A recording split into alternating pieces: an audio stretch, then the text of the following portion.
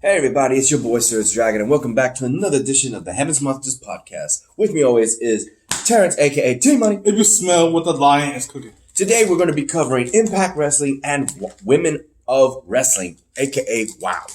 So let's start off with WOW on Saturday, October 5th, and Impact Wrestling the day before on October 4th, on a Friday.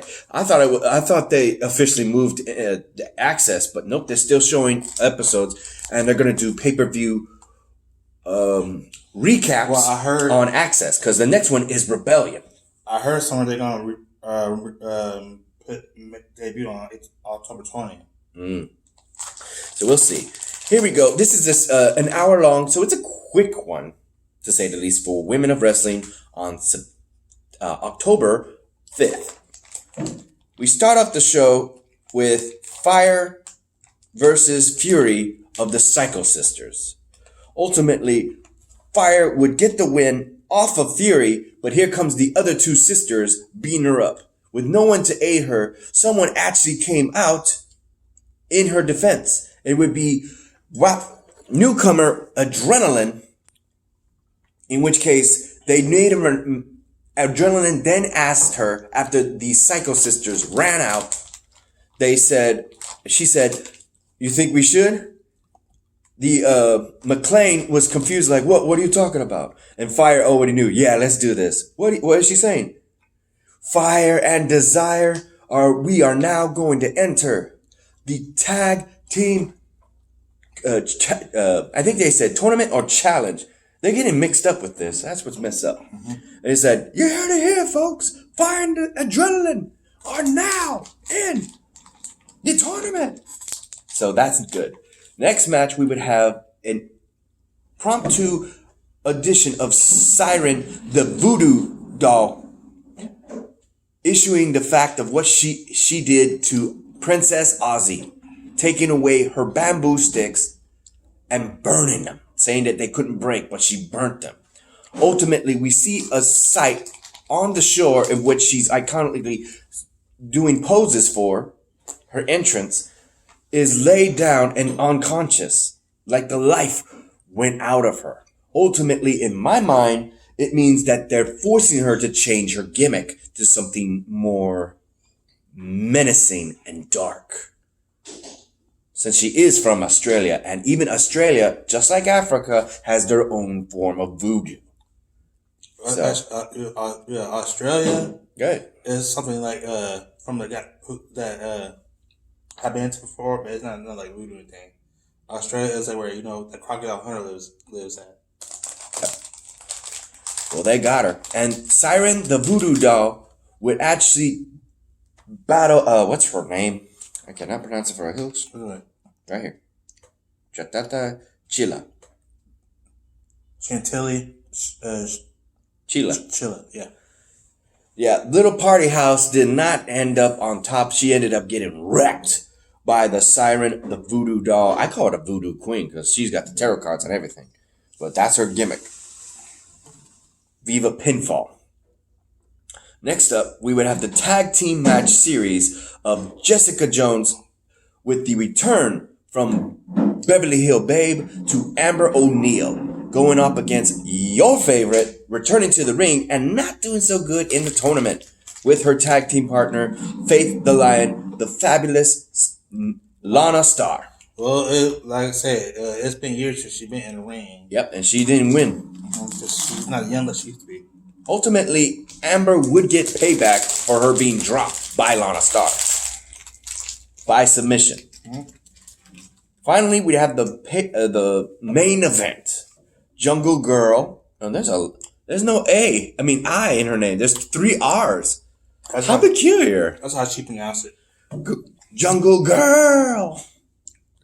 Versus, and this is where she hails from your nightmares, the Beast. Went to a no contest thanks to the fact that, thank you. Yeah, you didn't sign in last time. Here you go. We'll be right back. Okay, we're back. And the match ended in no contest because the referee was ultimately assaulted by accident. When they tussle, the referee gets knocked out. Referee is thrown out of the match, and they just go on to beat each other until the show goes up. But then, actually, that's right, the show didn't end like that.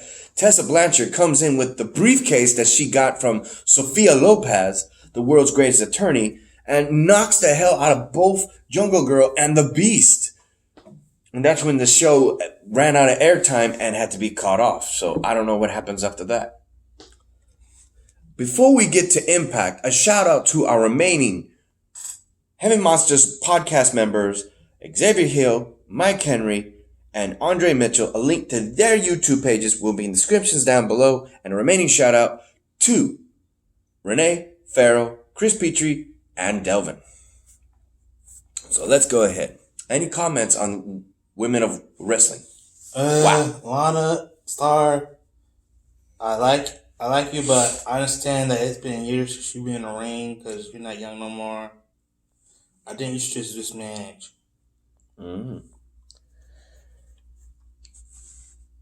Sami Callihan arrives to Samstown with the other... Can you get that? That's mine. Let me pause that. Got himself a cup of coffee. Would be interviewed and asked how he thinks of what he did. Does he have anything to say on his actions on interrupting the wedding of the Machine Brian Cage and his wife Melissa Santos? Dave Chris actually says that he'll make his comments in the ring. We then start the show with the first match. It's a triple threat of Madison Rayne versus Kiera Hogan versus Tennille Dashwood. Ultimately, it would be Taya Valkyrie just trying to have somebody deal with her so that she doesn't have to fight her at Bound for Glory. Basically, it's you beat her, you come fight me instead at Bound for Glory. Mm-hmm. In this match, it would be pretty much just 2-on-1 where the frenemies, Madison Rayne and Kiera Hogan, who are trying to run the women's, the Knockouts locker room. But in the end, when they have her in the pinning position, they can't decide who's going to pin her. They're trying to say it's going to be me. No, you're following the plan. Well, I know this is my plan right here. Ultimately giving Tennille Dashwood the opportunity to break her up, knock them both out, and ultimately get the pinfall she needs to take the win and continue her road to Bound for Glory on October 2nd. Which is actually when it comes to... Wait.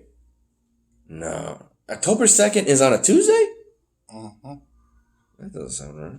Okay, I thought they were doing it on a Sunday. But I think, to me, who really wants the knockout division is Madison Rayne. Because she's a veteran. Yeah. Yeah, but they're making jokes. The commentator is saying she's a 23-time knockouts champion. They're just saying that. Yeah, he's joking. The other commentator's like, 23! They're just saying that because, she's been in TNA for 13 years. Like, he can't believe he's lying through his mouth. Yeah. Backstage, Eddie Edwards is trying to explain to Tommy Dreamer that he was drugged by the Rito scum and is now going to want a tag team partner in order to take him on. Ultimately, Tommy Dreamer says that he's got his back, but apparently he wasn't talking to Tommy Dreamer. He was talking to Kenny the Candlestick. What the? Oh, he's really local. Because then the match goes... The match, I'll say that later, because apparently we have a new contender finally making his debut. Is Johnny Swinger fights another new competitor or local talent, Owen Travers. And he's got that 60s, 70s... The 70s look. Yeah, and music. He's got that Miami Vice kind of gimmick going around. You know who started that? And they, I think, Xavier told you. Not Xavier, Mikey told you his name was Mike Awesome. He started that in WCW. the former ECW veteran. Well, Johnny Swinger gets the win. He plays dirty. He makes accusations saying that his hair was being pulled on. He's like, I didn't touch your hair. And he uses that as an opportunity. He even has a move where it's supposed to hit a middle adamant, and it looks like he's hitting the groin with his head. He just head falling like, like a headbutt.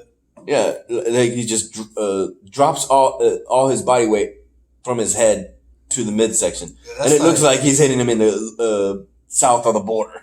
That's like something like, remember Vladimir Kozlov? He had that kind of move where he hits you and headbutt you. Oh no, he does it while you're laying down. Oh. I was like, what the hell? Oh, okay. It's kind of like how Jeff Hardy does his move where he splits your legs and he drops both his legs. It looks like he's hitting your nuts, but he's actually just hitting your stomach. Oh, yeah. That the same thing, but with his, it's way too close. Way too close to the hitting the north. We then have Gabby Lauren inform the North because they're trying to say she's repeating herself now. How are we gonna feel the North fighting the Rick Swann and Willie Mack? Apparently now she's saying that there's new info. Apparently now it's going to be a triple threat at Bound for Glory for the tag team titles between the North, Rick and Willie Mack, and the Rhino and RVD. So RVD wasn't high as fuck. He actually knew that he was going to get him and Rhino were going to get a tag team match. Yeah, but see, that only happens if he stops wrestling. The thing is, the North were upset and said they needed a moment because they knew who did that, who made that happen. They went later on in the show, they went in the back and they actually found the man. And I thought it was somebody from higher up, but no, it wasn't.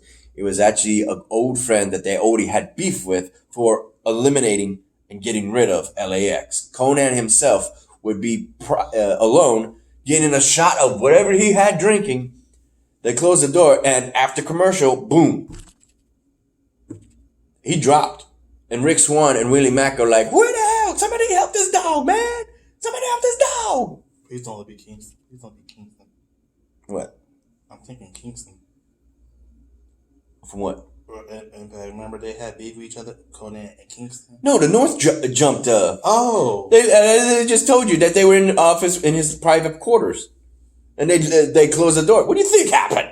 The North happened. That's what happened. Oh, shoot.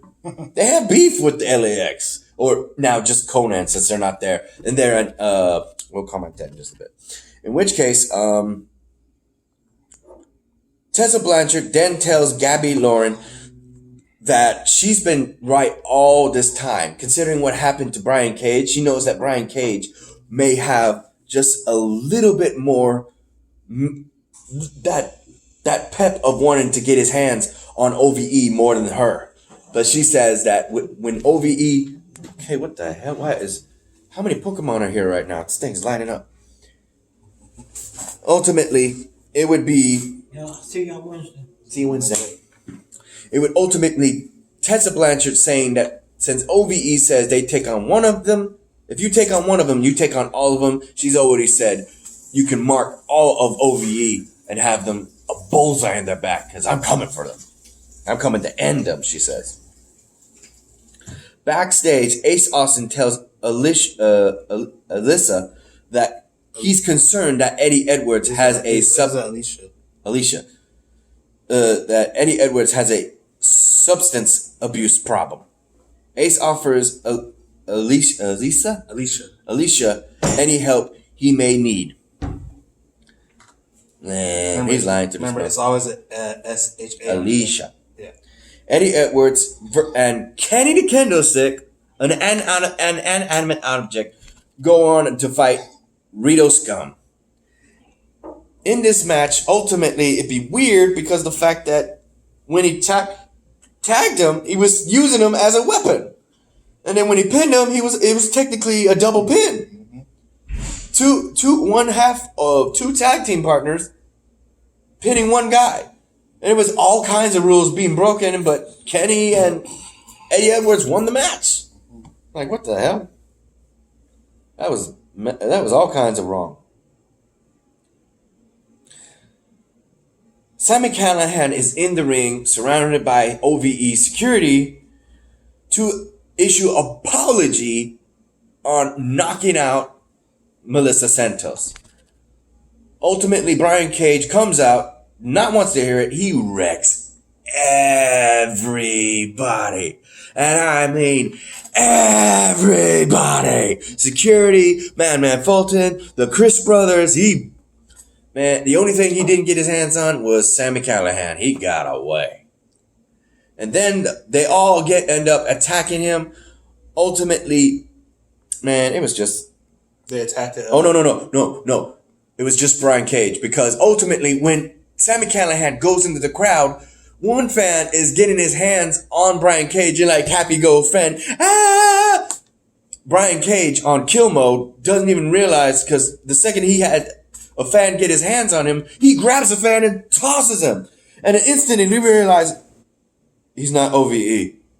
Oh my God, he's not OVE. He is then jumped by security, referees, and one of the guys leading the back saying, "What are you doing? What are you doing? That's a fan! Why would you do that?" Immediately coming up behind are two of the city's police officers stating that he attacked the fan. The guy who came in from behind, I forget, he's a big chubby guy, blonde hair, wears glasses. And he's saying, "No, he signed the waiver! He signed the waiver! What are you doing?" He's telling that to the cops. "What are you doing?" He's like, "What, you whack? Did you do this?" No, what? They're not supposed to do that.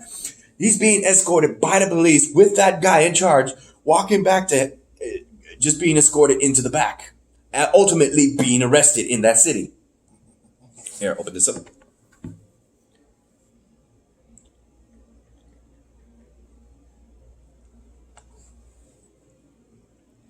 We then have, without Conan in his corner, he was scheduled to be in his corner, but thanks to the North dropping Conan and needing medical attention, his protege Daga would actually have to take on this newcomer, Chris Bay, in a X Division Championship ladder match qualifier.